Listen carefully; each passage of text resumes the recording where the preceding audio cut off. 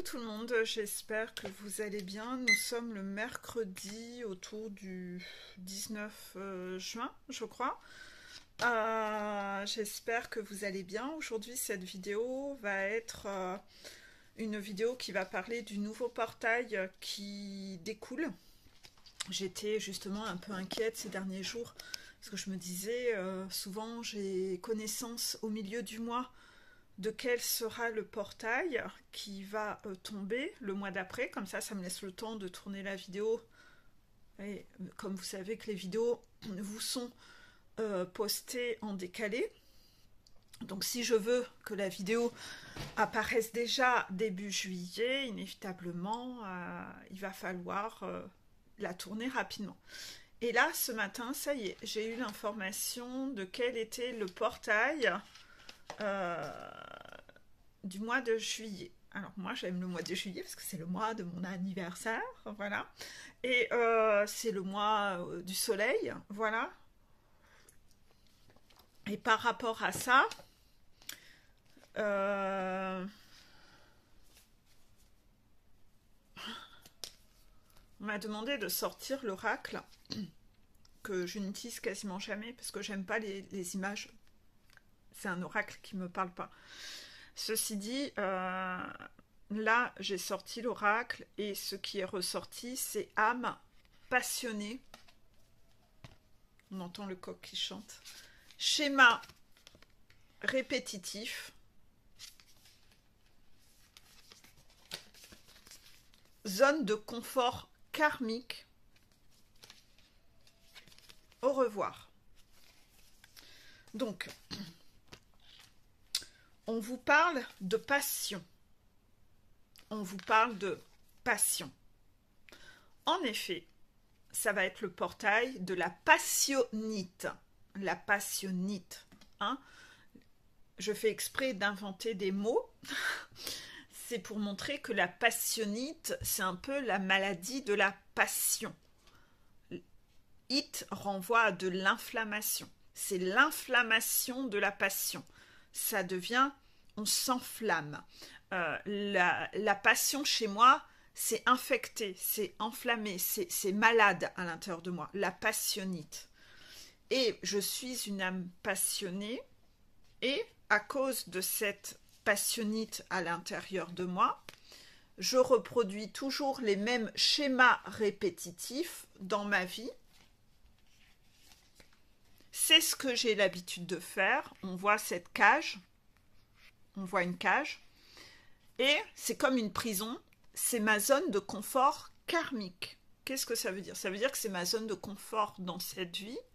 Parce qu'en fait, c'est déjà ma zone de confort depuis très très longtemps. Depuis beaucoup d'incarnations. C'est ma zone de confort karmique. Et là, on vous dit au revoir. On vous demande de clôturer cette passionnite à l'intérieur de toi, à l'intérieur de vous. D'accord?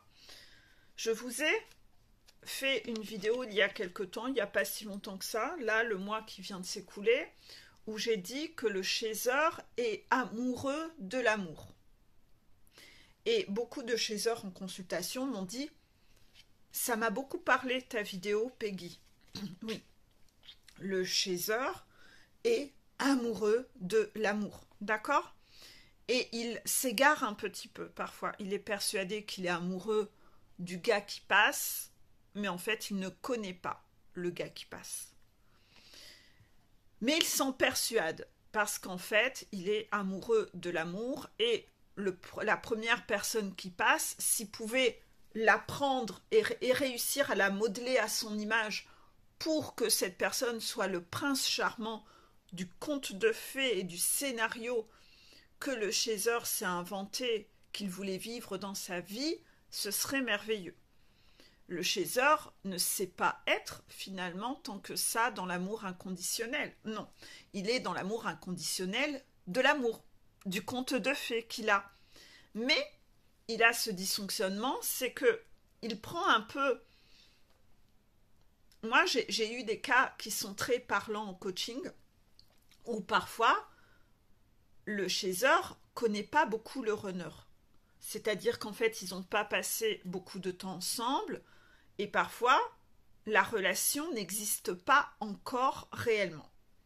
Mais, malgré qu'il n'y ait pas eu de temps, beaucoup de temps passé ensemble, le chaser s'est inventé comment était son runner. Oui, il s'est inventé un conte de fées. Et il s'est inventé un personnage dans sa tête. Et en fait, ça collera jamais, puisque inévitablement, quand le chaser va apprendre à connaître son runner, il verra qu'il ne correspond pas à l'image qu'il s'est fait de lui. C'est différent pour les gens qui vivent une relation depuis un certain temps, qui ont passé beaucoup de temps ensemble à discuter, etc. C'est différent. Dans ces contextes-là, le chaser imagine, il connaît une partie de son runner, il en a vu un certain lot de travers, mais c'est comme s'il gommait cela et il tolère parfois des choses qui sont vraiment pas tolérables, contraction, parce que il a peur de le perdre et il s'auto-persuade qu'il pourra subir cela toute sa vie par amour. Non. Il ne faut pas trop idéaliser l'amour. L'amour a quand même ses limites. C'est pas parce que vous aimez quelqu'un que vous allez pouvoir accepter l'inacceptable et subir n'importe quoi. Non. On est des êtres humains, on n'est pas des robots, et au bout d'un moment, c'est beaucoup trop souffrant. Et ça, sur les parcours longs, c'est ce que les chasers font le constat. C'est que j'ai peut-être un peu trop idéalisé l'amour, c'est que finalement, l'amour ne suffit pas. J'ai beau aimer l'autre à 2000%, il me fait subir des choses que je ne peux pas tolérer, et même par amour, je me rends compte que je me détruis et que je ne peux pas faire tout le job toute seule. Je ne vais pas pouvoir porter la relation toute seule. Cette personne va vraiment devoir relever ses manches et faire sa part d'effort. Le chaser s'est un peu illusionné sur l'amour pendant un certain temps. Et en effet, si la personne en face n'a pas envie de faire sa part du travail et d'être dans la coopération, la relation sera toxique. Il faut que chacun ait envie de mettre la main à la pâte. Ça, c'est ce que l'on constate et le constat que fait le chaser sur le long terme. D'accord ? Mais le chaser qui ne connaît pas encore beaucoup son runner, en fonction de comment se déroule le scénario, le chaser va en effet s'imaginer que mon runner, il est comme moi, j'ai toujours rêvé qu'un homme soit... Voilà. Et en fait, je vais m'inventer sa personnalité dans la tête. Mais ça peut pas aller. Parce qu'en fait, vous voyez, dans les deux cas, ça peut pas aller. Parce que dans ce cas-là, quand vous allez passer du temps avec lui, vous serez déçu. Vous serez déçu parce qu'il ne correspondra pas à votre catalogue. Donc en fait, il ne faut jamais supposer. Il ne faut jamais supposer. Le premier va devoir arrêter de supposer que son runner est comme ça, comme ça, comme ça. Il va devoir arrêter de rêvasser et de s'éloigner du scénario et s'égarer dans sa tête et de s'évader par ce biais. Et le deuxième va devoir arrêter de supposer que, à lui tout seul, il va réussir à tout contrôler. Non. Il ne va pas pouvoir contrôler sa souffrance éternellement. À un moment, il va beaucoup trop souffrir. Il va devoir exprimer à l'autre que ça me fait souffrir. Et même par amour, je ne peux pas subir jusqu'à ce stade-là. C'est destructeur pour moi. Je suis en train de me détruire. Donc en fait, je vais devoir sortir de ma zone de confort, exprimer ce qui me fait souffrir. L'autre fait des efforts ou n'en fait pas. Mais en tout cas, ça doit venir de lui. Et de là, il y aura coupure ou pas. D'accord ? Tout ça, c'est initié par la passionnite. La passionnite, c'est l'envie de vibrer très fort intérieurement. C'est l'envie d'être un peu dans une énergie où on exalte. On est exalté, c'est génial, je vibre de cinglé. Cette énergie de passionnite, le chaser et le runner l'ont tous les deux, mais pas sur les mêmes thématiques. Non, le chaser a envie d'être exalté et passionné dans l'amour, et le runner, lui, il a envie d'être exalté et passionné dans le yang. Les deux vont dans ce côté passionnite. Partir à chaque fois, la passion mène à l'excès, à quelque chose qui est excessif. Ce qui est excessif est extrémiste. Ce qui est extrémiste est déséquilibré et n'est pas juste. C'est dysfonctionnel. Il faut dans tout être dans de la tempérance et dans de la nuance de gris. Donc ainsi, dans ce portail, vous allez devoir repérer les domaines dans votre vie où vous êtes excessif pour revenir à plus de tempérance et plus de nuances de gris. Ça va inclure quand même beaucoup de sujets. On va prendre le sujet numéro 1. Le côté passionné où on est dans des schémas répétitifs dans les relations. Vous pouvez être dans cet état de passion en amour et que vous idéalisez souvent votre partenaire, vous idéalisez l'amour et vous en perdez votre capacité d'analyse, vous ne voyez plus les red flags, vous supposez, encore une fois, que la personne qui est en face de vous va avoir la capacité de deviner sans que vous ayez à verbaliser. Vous idéalisez l'autre en pensant que l'autre va se transformer de lui-même sans que qui que ce soit ne le lui fasse remarquer ce qui ne va pas. Vous vous mettez un peu à idéaliser les gens ou vous vous mettez à supposer que si cette personne vous fait du mal, c'est qu'elle avait une bonne intention derrière la tête. Dans vos suppositions, vous allez tout idéaliser. Vous allez tout... le bout de caillou, vous allez vous persuader qu'il est capable de devenir un diamant. Ou que le bout de caillou, il fait semblant de ne pas être un diamant, mais qu'à l'intérieur, il y a un diamant. Vous allez vous mentir à vous-même, vous auto-persuader de plein de choses.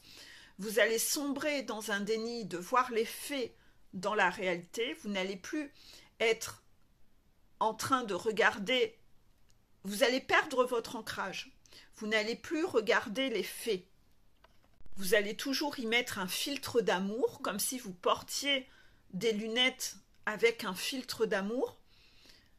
Et vous allez y mettre de la paillette sur ce que vous voulez, sur ce que vous voyez. Vous allez y ajouter un scénario.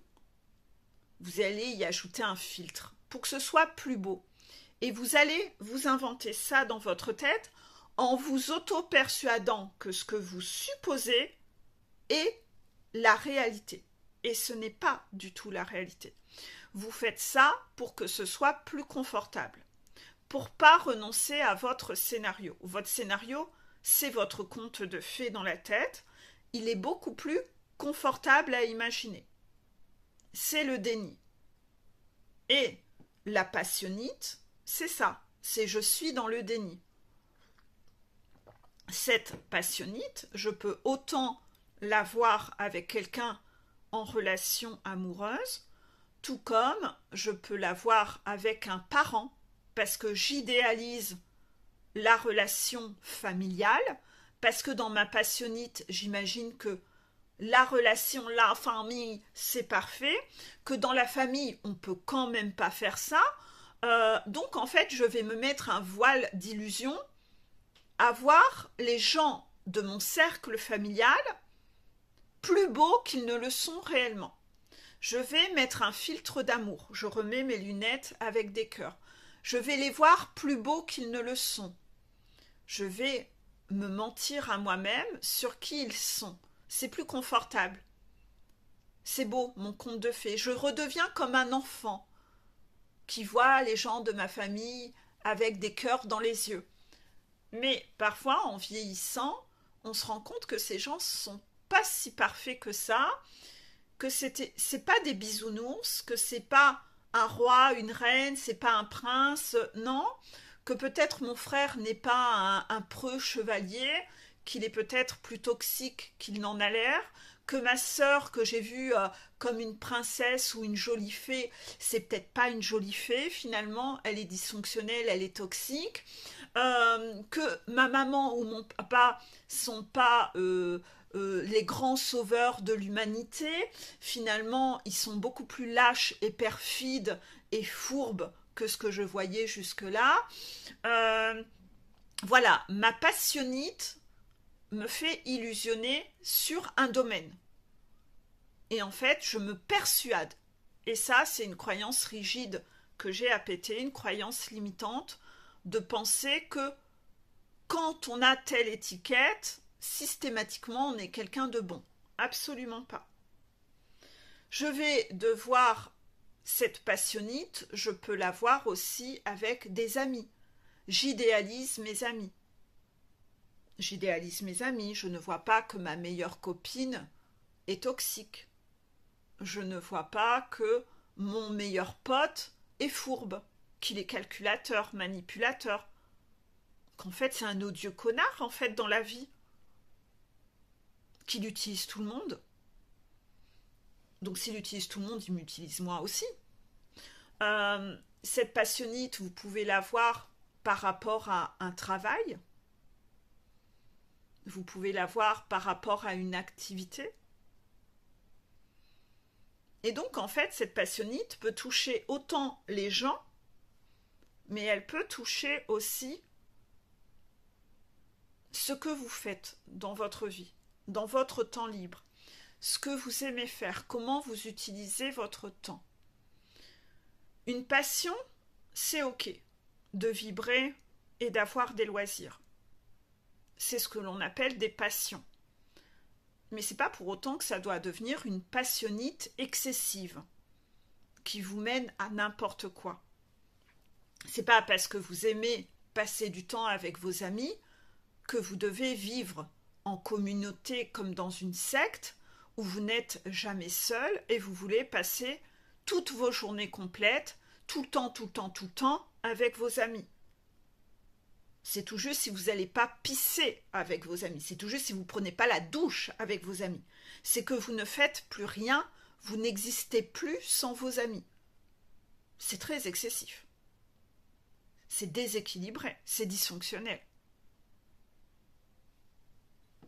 Inévitablement, vous allez repartir dans une sacrifice à mettre un filtre d'amour et à ne pas voir en quoi c'est dysfonctionnel.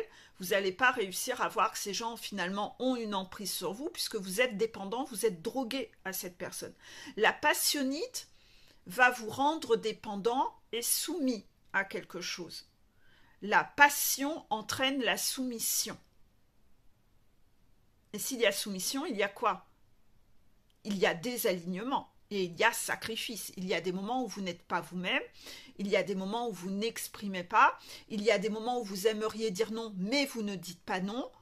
Parce que cette passion, vous en êtes drogué. Et vous ne voulez pas le perdre. Vous êtes dépendant. Ça va toujours vous mener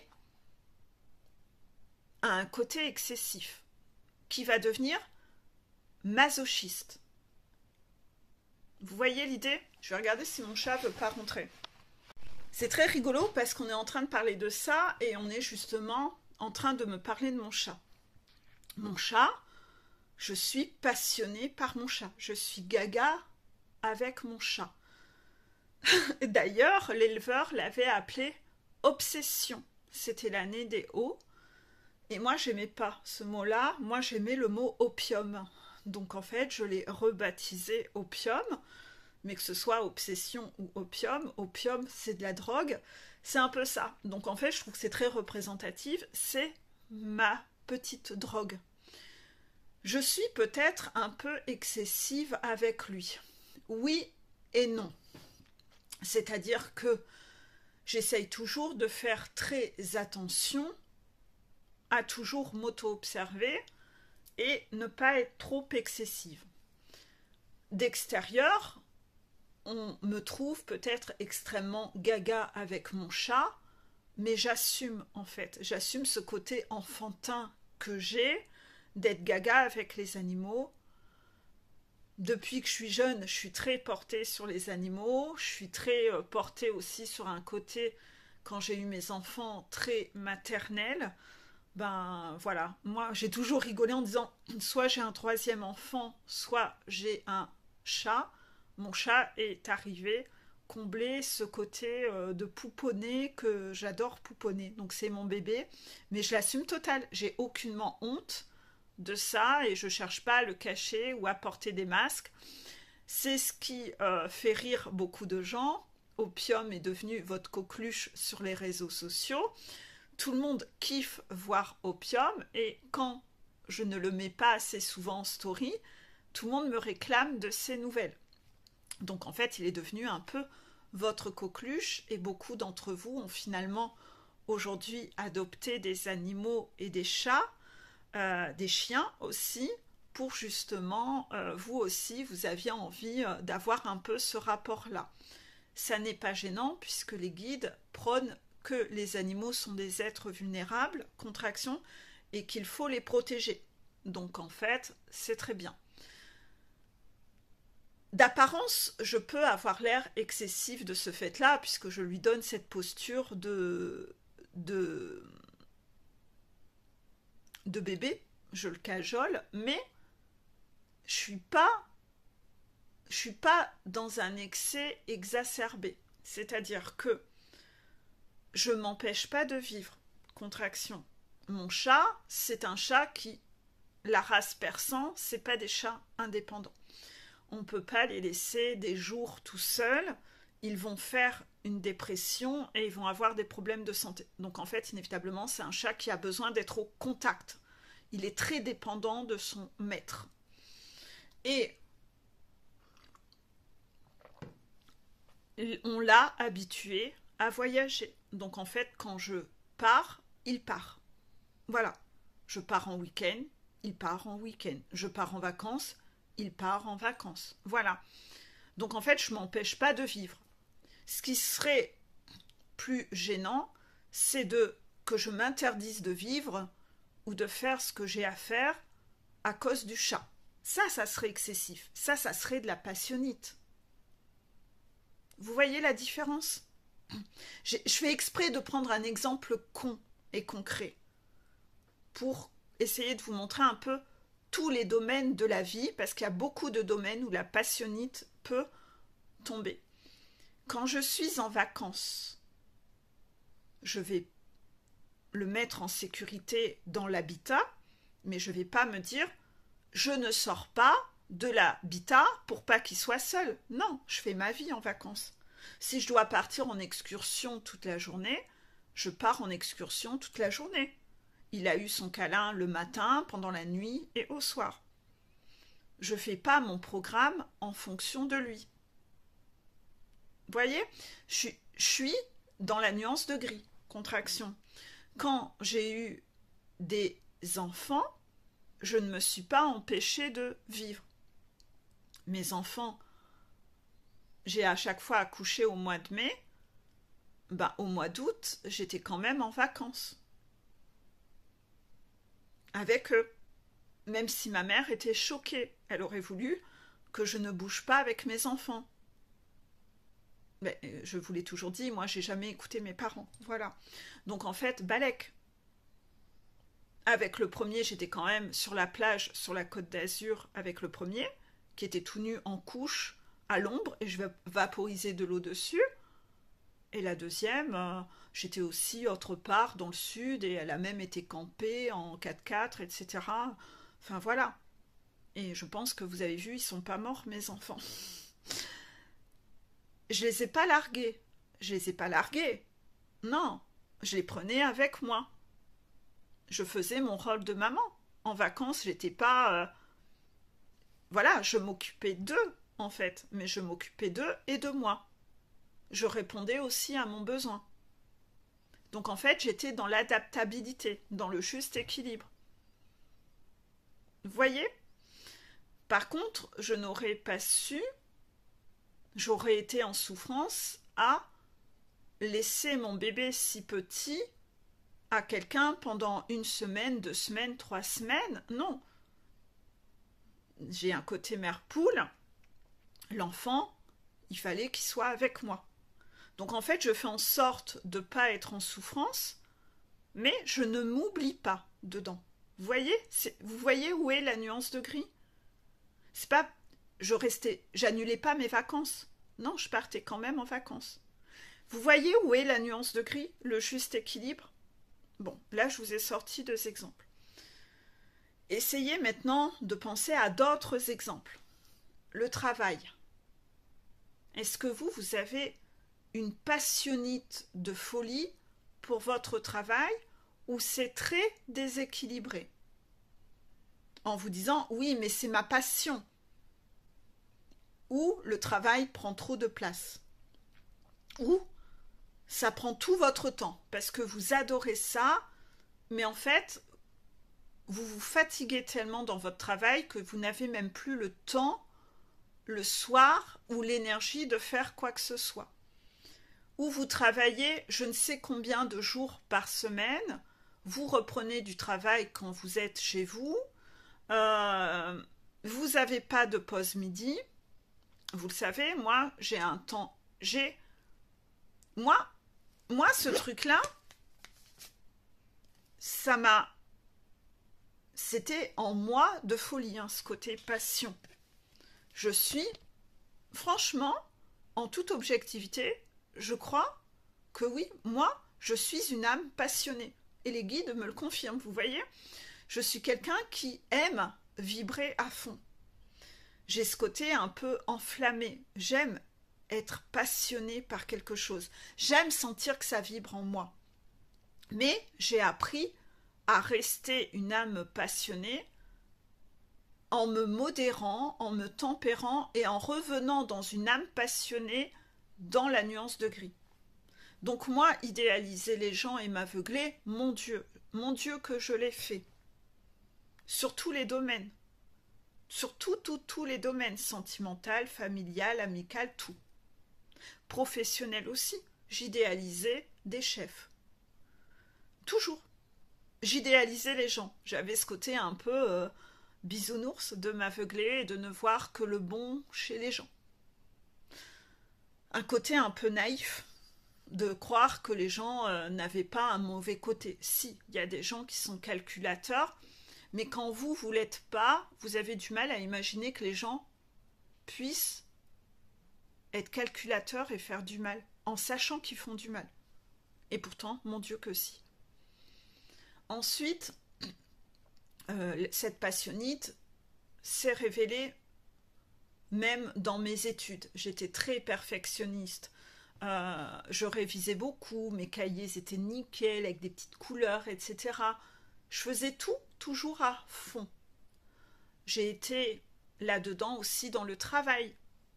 Donc en fait, j'étais cette personne qui ramenait du travail le soir pour être perfectionniste. Je faisais des heures sup que je ne récupérais pas. Même quand j'étais malade, j'allais travailler.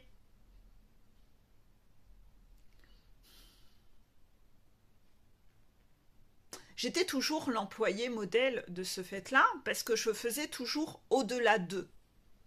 Et quand je passais mes entretiens d'objectifs, c'était ça, au-delà des attentes. Au-delà des attentes. Je faisais toujours plus à cause de ce côté passionné. Mais c'est excessif parce que ça vous mène au sacrifice et votre vie est déséquilibrée. Vous laissez prendre toute votre énergie par ce truc-là et finalement vous n'avez plus d'énergie pour le reste. C'est excessif. Vous n'êtes pas sur Terre pour travailler. J'ai appris à tempérer ça réellement que dans ce travail-ci. C'est la première fois où j'ai appris à me tempérer, c'est dans ce travail. Et les guides m'observent beaucoup pour voir si de moi-même, j'arrive à me tempérer. C'est-à-dire que j'ai toujours eu un côté excessif dans le travail, perfectionniste. Donc beaucoup d'heures, etc. Vous le savez, je fais encore beaucoup d'heures aujourd'hui, mais j'ai décidé de ne pas travailler le mercredi et je ne travaille pas le week-end. Ceci dit, aujourd'hui on est mercredi, je tourne des vidéos, je fais ma comptabilité tout à l'heure. J'ai quand même un certain quota d'heures, mais sur des plages horaires où ça ne vient pas perturber ma vie de famille, parce que c'est des heures où tout le monde est occupé de son côté, enfants, école, etc. À un moment où voilà, chacun est de son côté, donc c'est pas gênant, ça vient pas interférer. Ça vient donc pas perturber ma vie. J'ai trouvé cet équilibre. Et progressivement, c'est sûr, je prends pas encore assez de vacances, mais, et l'été dernier, j'ai encore travaillé même en vacances. Mais, cette année, je commence déjà à prévenir les piou-piou là depuis hier, c'est que cette année, je ne ferai pas de consultation, je ne prendrai pas de nouvelles des consultations pendant mes vacances. Vous voyez, progressivement, j'évolue. Je ferai peut-être des vidéos, j'en ai aucune idée de comment ça se passera. Je ferai quand même des articles et je ferai des stories. Mais je ne ferai pas de consultation. Non. L'année dernière, je l'ai fait, souvenez-vous. Je faisais des micro-prises de nouvelles pour que vous ne soyez pas sans nouvelles. Ça, je ne le ferai pas cette année. Pourquoi ? Parce que j'évolue. Je sens quand même que j'ai besoin, moi aussi, comme tout être humain, de décrocher, d'avoir la tête vidée. C'est un travail qui est qui demande beaucoup d'énergie. Le travail que je fais, je parle du matin au soir. Et ceux qui font des consultations avec moi, je ne suis pas en mode mémère quand je fais des consultations. Hein. Je suis dynamique. Je suis concentrée sur tous les mots que vous dites. Ça me demande une concentration là. Donc si je travaille de 9h à 19h, 19h30, vous imaginez le quota. Ça, c'est ce que j'ai fait pendant tout l'hiver. Là, il fait beau, j'essaye de finir beaucoup plus tôt pour aller marcher le soir. Donc je ne fais quasiment pas de pause midi, je m'arrête 10 minutes, un quart d'heure, mais maintenant, c'est pour arrêter plus tôt le soir pour pouvoir aller marcher. Vous voyez, c'est de ne pas m'oublier dans tout ça. C'est de mettre de la nuance de gris. Là, je viens d'explorer le domaine du travail. Essayez de voir si avec des collègues ou des patrons, vous êtes dans cette passionnite et que vous ne savez jamais dire non, vous ne savez pas poser de limites. Vos amis, c'est vos potes. Non, le collègue doit être à sa juste place, le travail doit être à sa juste place. Ça aussi, souvent on tombe facilement dans le piège. C'est de vouloir que tous vos collègues deviennent vos potes. Allez, on va se faire une bouffe. Non, c'est pas obligé. Il y a le domaine du travail et il y a le domaine perso. Arrêtez de tout mélanger. Vous n'êtes pas obligé non plus d'avoir des relations sentimentales sur le milieu du travail. Ne soyez pas dans cet excès. Apprenez un peu à cloisonner les choses. D'accord ? Ceux qui sont dans la passionnite, ils mélangent un peu tout. Ils veulent chercher à avoir une relation amoureuse ou un plan cul au boulot. Donc ils vont séduire des collègues. Ils vont vouloir que leurs collègues soient des grands potes pour se la jouer, avoir une vie un peu à la Friends. On est toujours ensemble. C'est excessif. C'est encore la passionnite. Je refuse de dire non à quoi que ce soit à mes patrons parce que je suis excessif.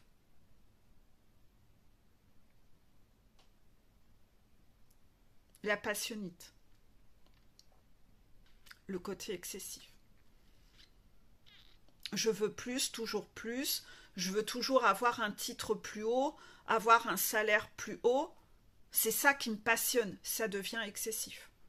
Vous n'êtes jamais contentable, ça n'est jamais assez, ça vous bouffe, c'est excessif.